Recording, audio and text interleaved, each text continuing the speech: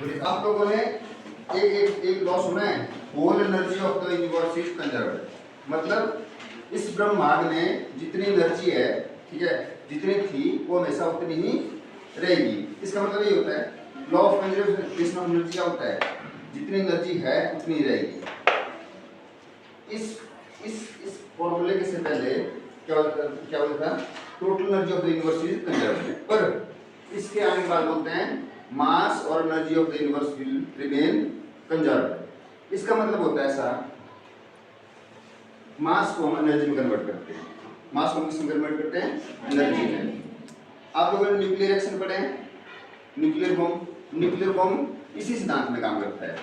क्या होता है उसमें कि हैवियर मास होता है, वो ब्रेक करके किसमें होता है, स्मॉलर मास में ब्रेक होता है, साथ में करता है एनर्जी रिलीज करता है। ठीक है, जैसे क्या होता है E = mc², मतलब हम किसी भी मास को हम एनर्जी में कन्वर्ट कर सकते हैं। सबसे सिंपल एग्जांपल, एक किस चीज का चिन्ह है ना, पूरा बरोबर, इलेक्ट्रॉन बोल रहे हैं, चलो इलेक्ट्रॉन याद कर दो। हाँ, इलेक्ट्रॉन है, ठीक है। अब आप लोगों ने ये वाला साइन देखा कभी, ये वाला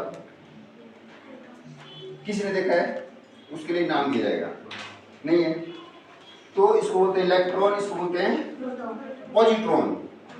प्रोटॉन नहीं बोलते इसको। इसका और इसका मास क्या होता है, सेम होता है, ठीक है। इसको अगर आप लोगों ने एक चीज सुनोगी, पैरेलल एंटी यूनिवर्स, ठीक है, उसमें क्या होता है, एंटी मैटर, एक मैटर होता है, एक एंटी मैटर होता है। एंटी मैटर क्या होता है, जैसे हमारे पास न्यूक्लियस में क्या होता है, प्रोटॉन और न्यूट्रॉन होते हैं। प्रोटॉन के ऊपर कौन चार्ज होता है, पॉजिटिव। जो इसके सराउंडिंग में इलेक्ट्रॉन घूम रहे हैं, इसमें कौन चार्ज होता है, नेगेटिव। तो क्या होता है, एंटी मैटर होता है ऐसा, इसमें क्या होता है, इसकी जगह आपके पास क्या होगा, नेगेटिव चार्ज होगा, और इसमें क्या होगा, पॉजिटिव चार्ज होगा। तो ये इसको एंटी मैटर बोलते हैं, ठीक है। अब मैं इस फिर से यहाँ पे आता हूँ, क्या होता है, इसको बोलते हैं इलेक्ट्रॉन, इसको पॉजिट्रॉन। जब ये इलेक्ट्रॉन और पॉजिट्रॉन आपस में कोलाइड करते हैं, क्या करते हैं, मान लीजिए एक इस डायरेक्शन से आ रहा है, एक इस डायरेक्शन से आ रहा है, ठीक है। जब ये दोनों आपस में कोलाइड करते हैं तो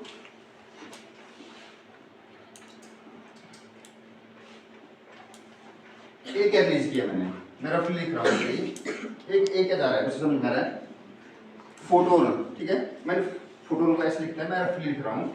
तो ये क्या जा रहा है, फोटोन, दो फोटोन निकल रहे हैं। फोटोन को समझो लाइट, ठीक है। एक फोटोन की एनर्जी क्या होती है, फोटोन की एनर्जी क्या होती है, h न्यू।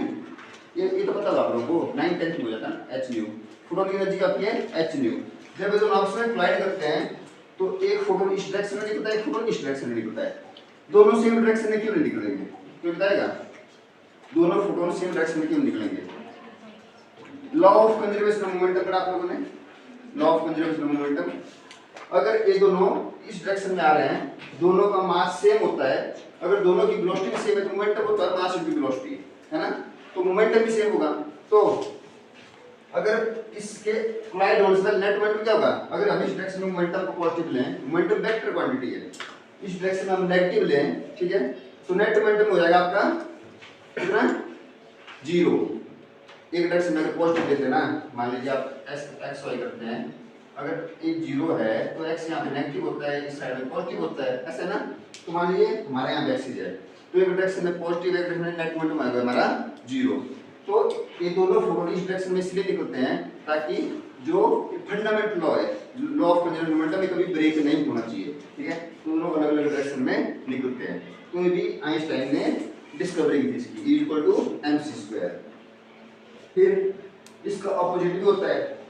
मेरे कहने का मतलब था, ये पहले मास था, ये पहले क्या था, मास था, ये मास कन्वर्ट हो गया किसमें, एनर्जी में। तो ये फार्मूला बोलता है कि मास को होने की मल्टीप्लाई करें स्पीड ऑफ लाइट से मल्टीप्लाई करें तो इतनी एनर्जी रिलीज होती है, ठीक है।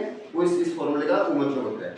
इसका उल्टा भी होता है कि एनर्जी को भी मास में कन्वर्ट किया जा सकता है। एनर्जी को भी मास में कन्वर्ट किया जाता है। अगर हमारे पास कोई दो फोटोन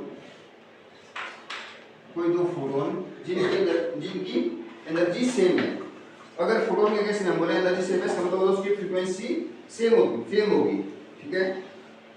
तो अगर ये आपस में कोलाइड करते हैं तो यहाँ फिर इसका initial momentum net momentum zero, क्योंकि दोनों डिफरेंट डायरेक्शन में है, ठीक है।